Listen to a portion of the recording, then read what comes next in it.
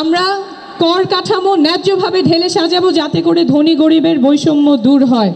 আমরা এমন রাজনীতি করব যাতে করে বাংলাদেশের প্রত্যেকটা নাগরিক রাজনীতিতে সক্রিয় অংশগ্রহণ করতে পারে, প্রত্যেকটা তরুণ রাজনীতিতে সক্রিয় অংশগ্রহণ করতে পারে। আমরা দেশ গড়তে জুলাই পদযাত্রায় প্রায় প্রত্যেকটা জেলায় দেখে এসেছি তরুণেরা কতখানি উচ্ছ্বাস, কতখানি উদ্দীপনা নিয়ে আমাদের সাথে যোগ দিয়েছেন। তারা ভাবছেন দেশের কথা, তারা স্বপ্ন দেখছেন দেশ পরিবর্তন হবে, তারা দেশটা পরিবর্তন করবেন। কিন্তু বারবার আমরা শুনছি এই তরুণদেরকে হেয় করা হচ্ছে, ছোট করা হচ্ছে, তরুণরা দেশ নিয়ে বোঝে না, তারা পরিবর্তন আনতে পারবে না।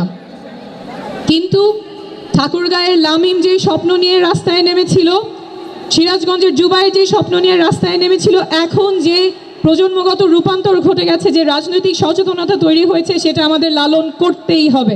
আমাদের তরুণ প্রজন্মকে আর আশাহত করা যাবে না, তাদের স্বপ্ন ভঙ্গ করা যাবে না, তাহলে জাতি আবার সংকটের মুখে পড়বে। তরুণদের স্বপ্ন লালন করতেই হবে এবং তরুণদের বাংলাদেশ নতুন বাংলাদেশ হবে।